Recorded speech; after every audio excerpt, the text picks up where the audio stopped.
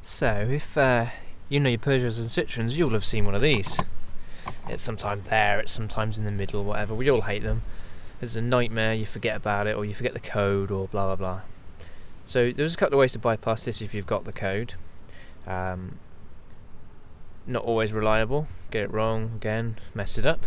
There's also many other reasons. You might be swapping your pump, which I'm doing. You might have problems with the Immobiliser, that even with the right code it's not going. A much simpler system is like on the non-Immobiliser versions, or a separate way that they do it, is they just run a 12 volt wire straight to the solenoid. So if you have asked a number of times, well, how do you do that? Well, you have to take this armour off. Well, you just remove the earth point on the battery first, but you've got to take this armour off here, because inside there is the solenoid. So far we've taken the plugs out the way here, which are down here somewhere, out of the way, so we don't damage them. We've also removed the throttle cable, we've moved the boost pipe out the way, handy bit of bootlace, and we can just get that grommet off and move it round, because that does protect things. And we've also removed the fuel union, which is return. So the next thing is to find out what's holding it on. So you'll generally find there'll be a couple of bolts, like that Allen head there and Allen head there, which are easy to take off. And then further down, you can see there's a couple others that have got these sort of security ones. There's nothing on them at all. So we're either going to have to grind across or grind through there. Now what you can do is you can either leave these unions on, which for most I always suggest to leave them on, and leave this on, that does protect the threads, or remove these delivery valves, and then you're not going to damage them at all. But you don't want to be cross-threading or anything. So if you don't feel confident with that, leave them on, just be careful. So the next thing we're going to do is see if we can remove these two, and we're going to use a nice little bit on a Dremel. We'll see how we go with that, and we'll come back to you. Okay, so it is now loose. I have to grind the top of it off enough, knock it round, unscrew it, bring it out, and now it looks like that. You can see that. So, next thing impeding us is this throttle bracket. That's kind of bracket for all the clips. So there's an Allen key and a 13mm, and it should slide forward. Let's get rid of that. We hope. So there's one other thing you need to do. Obviously you can see you've now got the armour off. Just had to bash through a hole, and you need to drill at the back of that little ridge. That pushes that pin through, because it's holding on the max fuel screw. There, you can see it's moved a little bit from me turning it. Sorry, there we go. So there's a little ridge obviously on that, and then there's the pin. So you'll need to knock that through, and then armour comes off. And then what we've got here is our stop solenoid, or go solenoid, depends on how you want to look at it, and the wires and the electronics which I've smashed to make it work. So we'll just need to take this piece of plastic off, which hopefully shouldn't be too much effort. Come on. And you can just see inside, there's a little clip there, goes onto the wire. All we need to do is 12 volts to that, and we go. Hee. Cool. So just before we go on to wiring, a couple of disclaimers here. You damage it and you break it, it is your own fault because you've done it. I'm not taking responsibility. You want to cover up. You're making a lot of filings with all the grinding and drilling.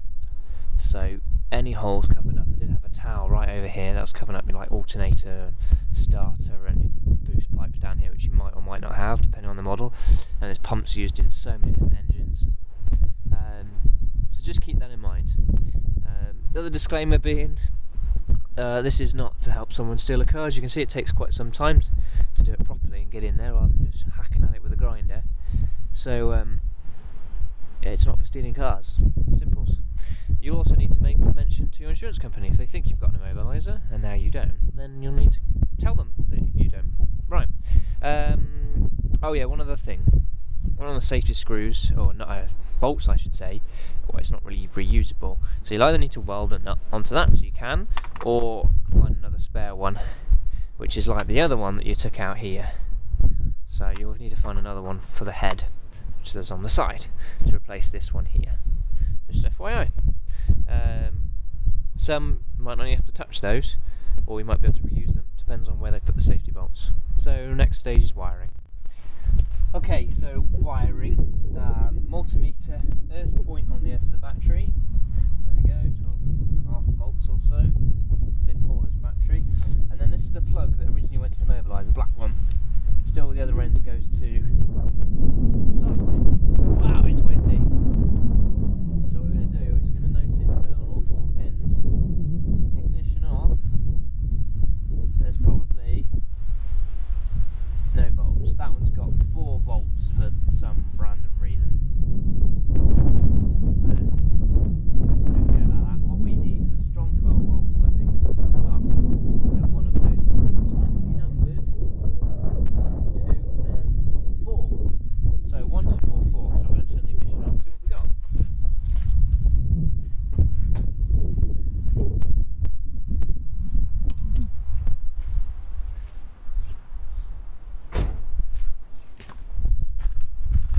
So, let's see what we get. Right, pin 1. Ooh, 12 volts. Pin 2, nothing. Pin 4, nothing. Pin 3, 10 volts, whatever that means. That'll mean something to the Immobiliser.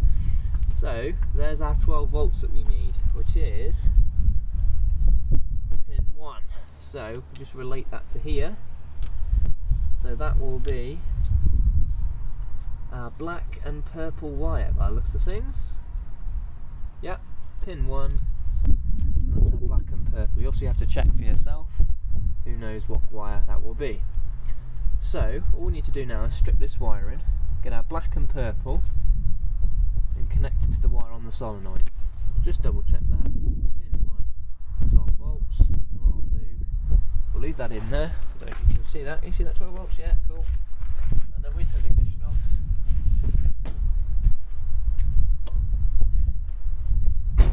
That should go up. All out. And then obviously it's a stop solenoid as much as it's a go solenoid. So once the 12 volts disappears, the plunger goes, and we have no fuel, and the engine stops. So we'll just strip that back, and then we'll do a test run. Right then, put our bracket back on, soldered in the wire, the one wire we needed, and it's unplugged at the moment. So naturally, at the stop solenoid, there is no volts. Ignition off. Let's go and turn the ignition on.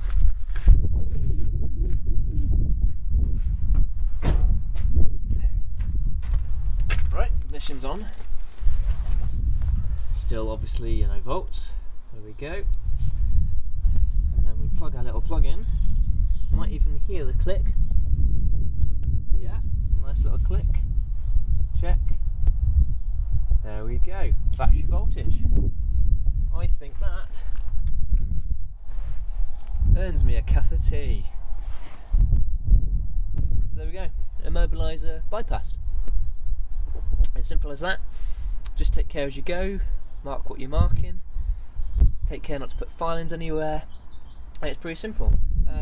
One thing I don't think I mentioned is you might have seen that security bolt earlier, and what I did there was basically I rammed a socket on it and got it moving, and then it rounded off eventually because it's just a round top, and then got a little chisel and just knocked it round slowly until it was finger tight. There we go, it's coming in focus now.